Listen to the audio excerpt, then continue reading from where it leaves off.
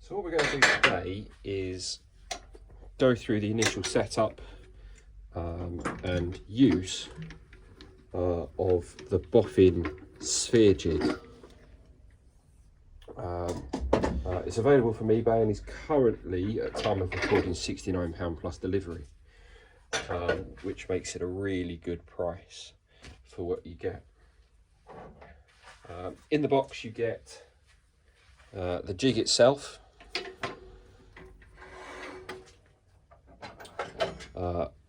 a collar that sits on the tool post, the cutter holder and the cutter itself. Now the cutter does come unsharpened.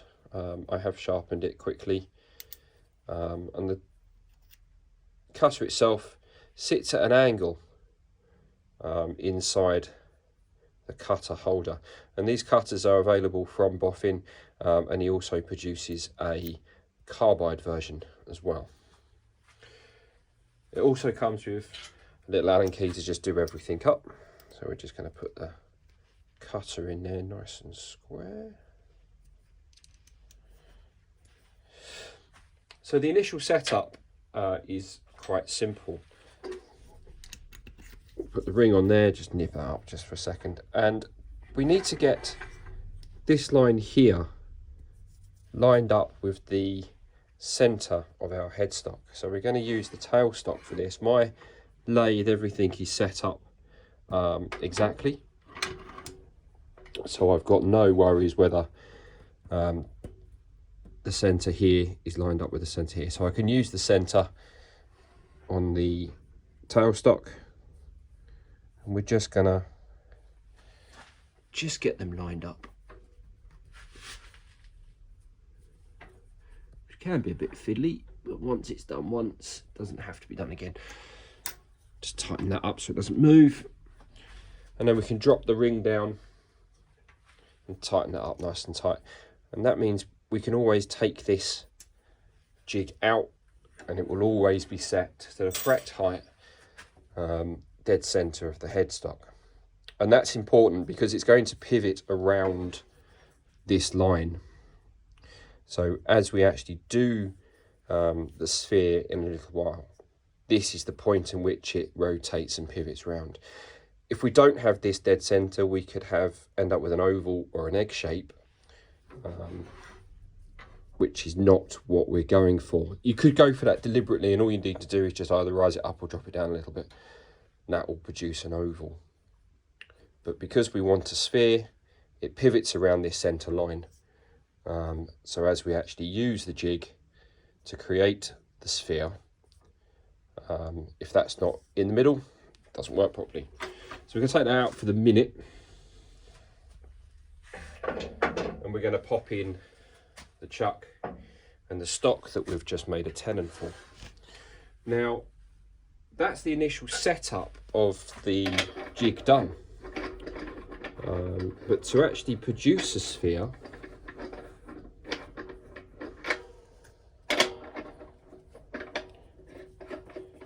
we need to give the stock and the jig a little bit of a helping hand. It can't do it all. So let's get all this set back up again.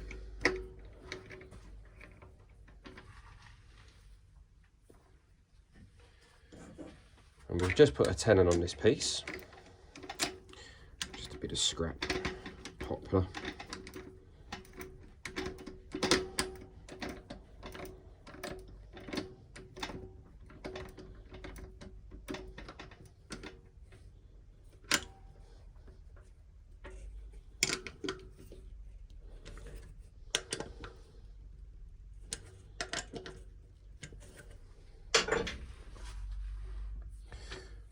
top tail stock back on just for safety.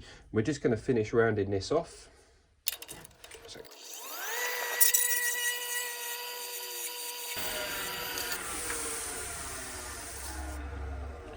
So now we need to put some markings on here. Now I've tried to get this to about 5.5 centimeters. It's about that. So the first thing we're going to do is mark out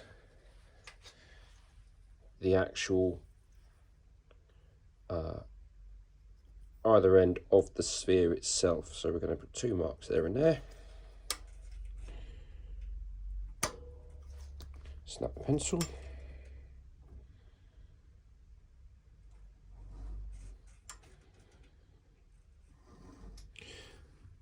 And because this is the same as the diameter, in theory, once we've got this, we will then have a circle, a ball. We need to find a halfway point as well.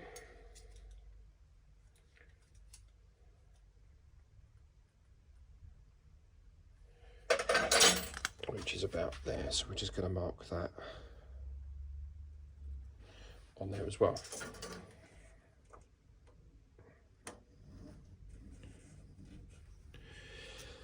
So we've got the middle of where our sphere is going to go into outer edge. Now the cutter on the sphere jig won't be able to remove any of the material at the side, so we're going to have to do that for it.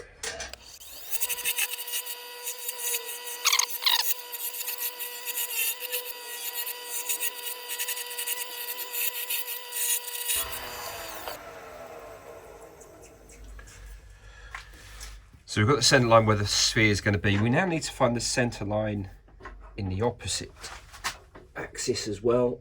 We're just going to raise that up, just eyeball it. We can adjust it as we go along.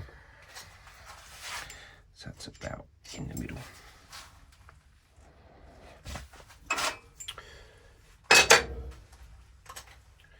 So now we need to set the jig up. I'm going to pop it in. We need to make sure that the cutter is going to be central to both lines. So we're going to pop the cutter into the right hole. Let's raise that up a bit. Now the adjustment on the jig itself, we have the big knob at the top here. That raises this arm here, and as we turn that, let's tighten that up a second. The jig will then come up and down, and there's loads of thread on it, so it's very accurate. All the way up.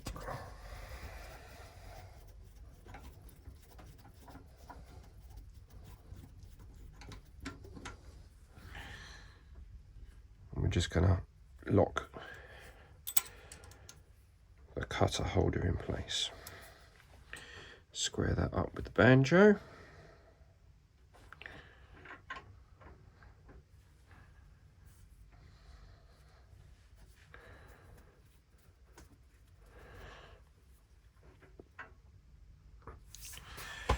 So we need to make sure that everything is square.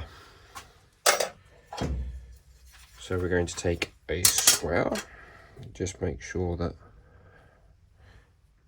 everything is where we want it to be. And it's important to take your time with this. Taking an extra 30 seconds to a minute here will make all the difference when it comes to producing an accurate sphere. Once we're happy with all of that, we're going to lock it down nice and tight. Now the jig itself, it's got 2 locking screws here which locks the vertical in place. And it stops this from moving. So if you're doing larger ones or harder woods, then it's probably best if we lock this after every adjustment. On this particular one, this is just a little bit of poplar. We don't really need to worry. On the first few cuts, we will quickly work out if we need to do any adjustments.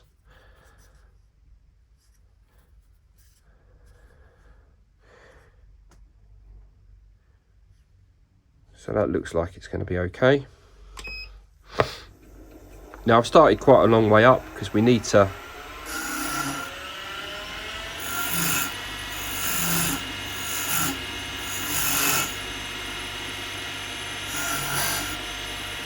give the jig a helping hand, and we're just going to lower that.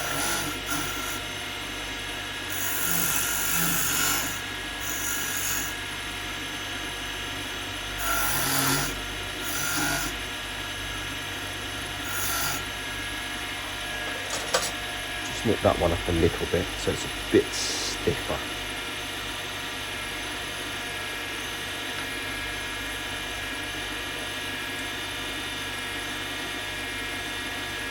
Now, I'm not tightening these all the way up, I won't have to loosen them every time. And we just take our time slowly.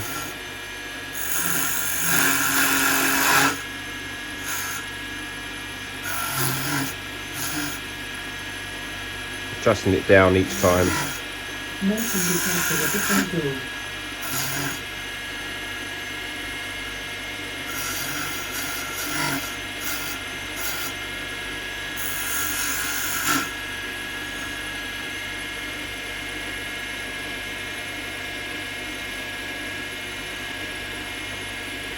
We're not quite square, so let's just adjust that slightly. That's a bit better.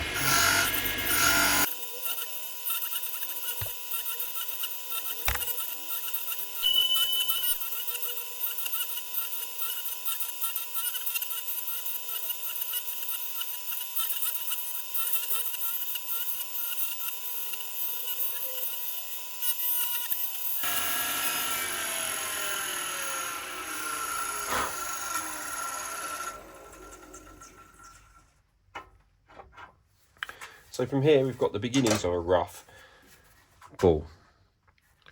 So we're gonna nip this bit off here and nip it off down the end here. We'll create a couple of cups to hold what we've got here in place the other way, and we'll go again.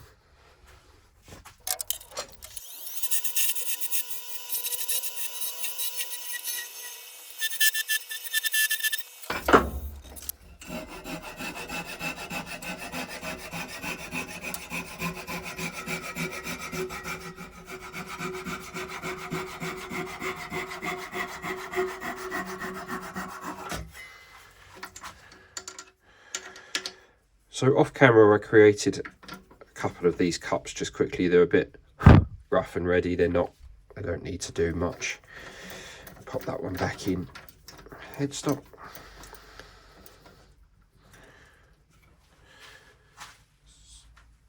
Bring that in a bit. Get rid of that.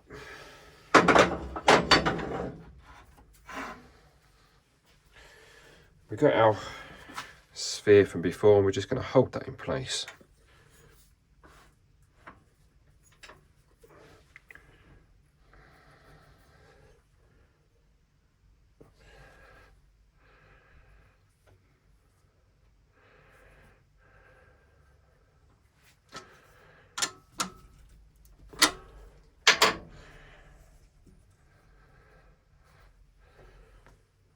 Just line this back up again.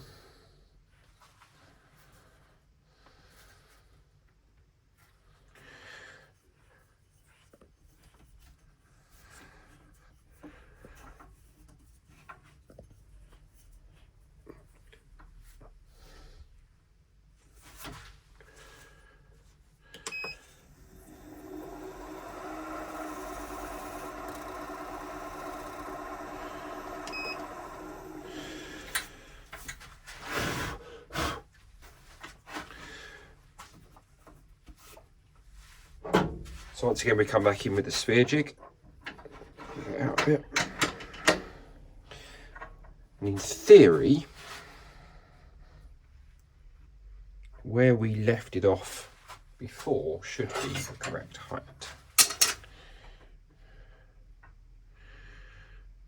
May not necessarily be correct.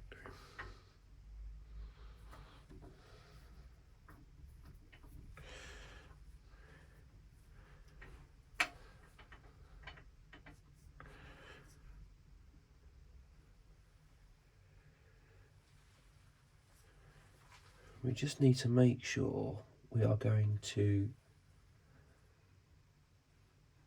we're scratching in the middle there, but we're not touching at the edges.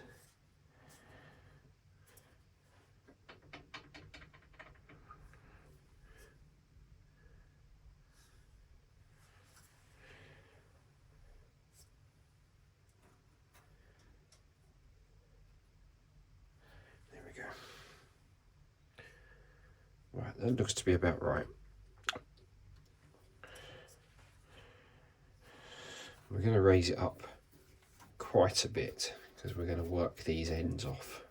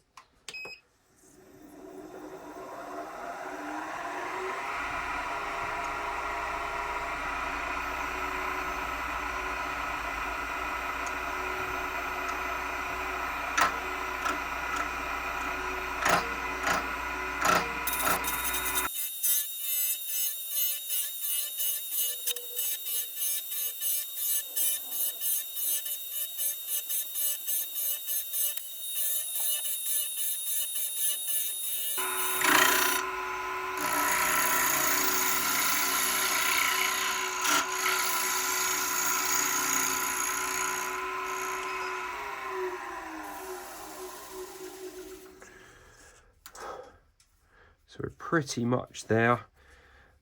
So what we can do from here, because we've got it held in the cups, we'll give it a few more passes and then we'll rotate it round.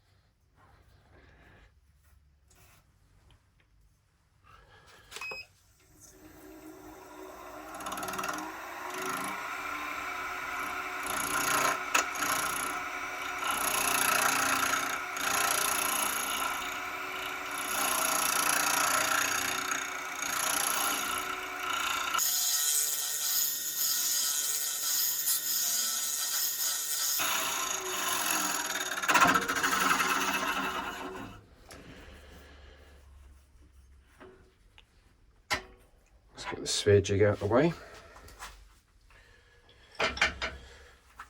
And there we have a sphere.